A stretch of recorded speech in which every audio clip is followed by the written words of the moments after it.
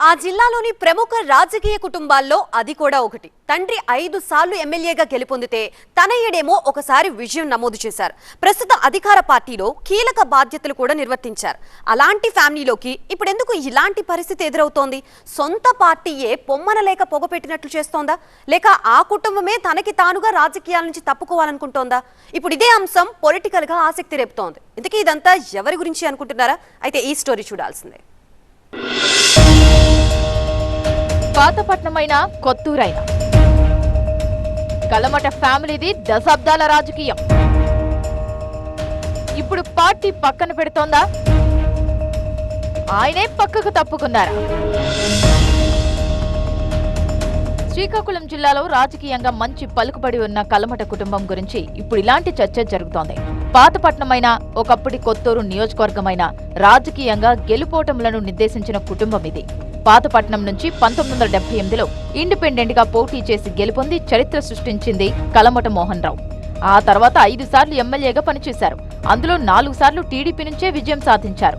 ఆ రాజకీయ వారసత్వాన్ని అందిపుచ్చుకున్న కుమారుడు కలమట వెంకటరమణ కూడా అదే హవా కొనసాగిస్తారని భావించిన పరిస్థితులు మరోలా కనిపిస్తున్నాయట. ఎర్రన్నాయుడు మరణం తర్వాత వైసీపీలో చేరిన ఆయన 2014లో వైసీపీ తరపున ఎమ్మెల్యేగా గెలుపొందారు. కానీ అక్కడ ఎక్కువ కాలం నిలవలేకపోయిన కలమట తిరిగి టీడీపీ గూటికి చేరారు. అయితే 2019 ఎన్నికల్లో వీచిన ఫ్యాన్ గాలిలో ఆయనకు ఓటమి తప్పలేదు. అయినా సరే టీడీపీ ఇన్ఛార్జిగా ఉంటూనే పార్టీ కోసం పనిచేశారు. అయితే 2024 ఎన్నికల సమయానికి టీడీపీలోనూ పరిస్థితి రివర్స్ అయింది. కలమట కుటుంబానికి పొమ్మనక పొగపెట్టినట్టుగా వెంకటరమణకు టికెట్ ఇవ్వని అధిష్టానం కొత్త నాయకుడు మామిడి గోవిందరావును బరిలో నిలిపింది.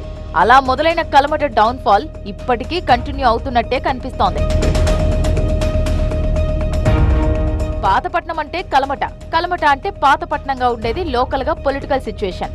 అలాంటి చోట వెంకటరమణకు టీడీపీ టికెట్ నిరాకరించడం ఆ కుటుంబానికి పెద్ద షాక్ అనే చెప్పొచ్చు.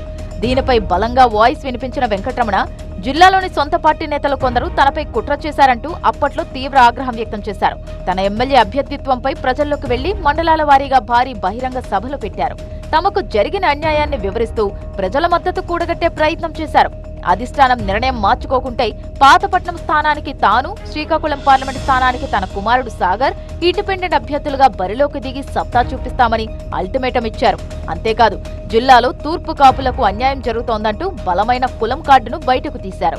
కూటమి ప్రభుత్వం అధికారంలోకి వస్తే జిల్లాలో ప్రధాన సామాజిక వర్గమైన తూర్పు కాపులకు ఎక్కడ మంత్రి పదవి దక్కుతుందోనన్న అక్కసుతో అచ్చెన్నాయుడు, కూన రవికుమార్లు కలిసి తనకు టికెట్ దక్కకుండా కుట్ర చేశారంటూ నేరుగానే ఆరోపణలు గుప్పించారు.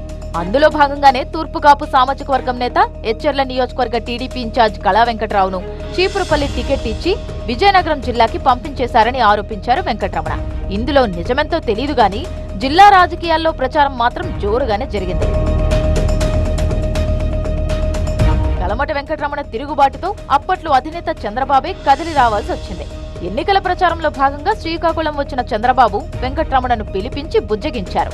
అప్పటికప్పుడు జిల్లా టీడీపీ అధ్యక్షుడిగా ఉన్న కూన రవికుమార్ని తప్పించి వెంకటరమణకు ఆ బాధ్యతలు అప్పగించారు. పార్టీ అధికారంలోకి వచ్చాక తగిన నామినేటెడ్ పదవి కూడా ఇస్తానంటూ హామీ ఇచ్చారు. దీంతో మెత్తబడిన కలమట కూటమి అభ్యర్థికి సపోర్ట్ ఇచ్చారు. అయితే పార్టీ అధికారంలోకి వచ్చి దాదాపు 2 ఏళ్లవుతున్నా ఆయనకు పదవి మాత్రం దక్కలేదు. నిజానికి ముందు నుంచి జిల్లా టీడీపీ అధ్యక్ష పదవిపై పెద్ద ఆసక్తితో లేని కలమట కేంద్ర మంత్రి రామ్మోహన్ నాయుడు, రాష్ట్ర మంత్రి అచ్చెన్నాయుడులు ఉండగా ఇక్కడ ఆ పదవి 6వ వేలు లాంటిదేనన్న ఫీలింగ్ తో ఉన్నారు.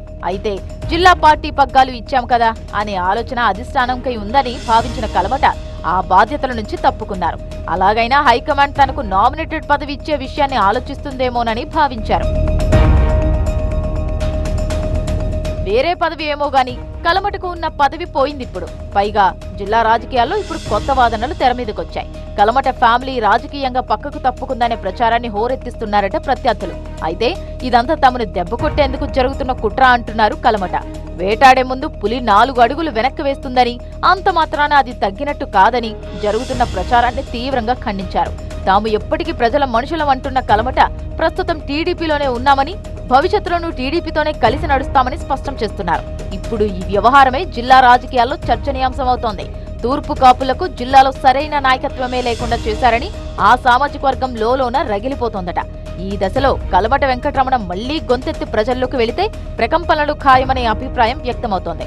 ఇప్పటికే కులాల కుంపటితో రగిలిపోతున్న శ్రీకాకుళం జిల్లాలో తూర్పు కాపులు గొంతెత్తితే అది ఎటు దారి తీస్తుందోనన్న ఉత్కంఠ ఏర్పడింది. మరి కలమట కుటుంబం విషయంలో టీడీపీ హైకమాండ్ ఎలాంటి నిర్ణయం తీసుకుంటుందో చూడాలి.